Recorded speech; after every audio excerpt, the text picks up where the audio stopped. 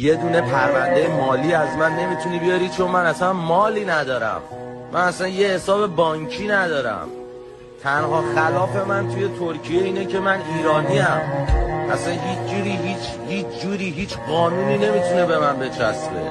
همون ایرانم که بیام همه میگن خواهی داری بیای، بله خواهی دارم و میام. چرا؟ من اومدم برگشتم اینو گفتم همش به نفع اسلام بوده.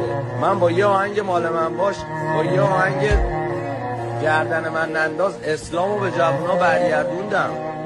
و یعنی آدم حسابیاتونم میدونن خدمتی که امیر تتلو به جمهوری اسلامی، به اسلام، به کشورش و به مردم ایران کرد و حتی حضرت محمدش هم نکرد.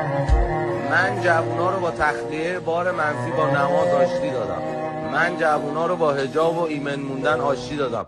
نه سایت شرطبندی داشتم، نه 2000 پول این ور اون ور کردم، نه ضرر کشور و آرمانهاش کاری انجام دادم.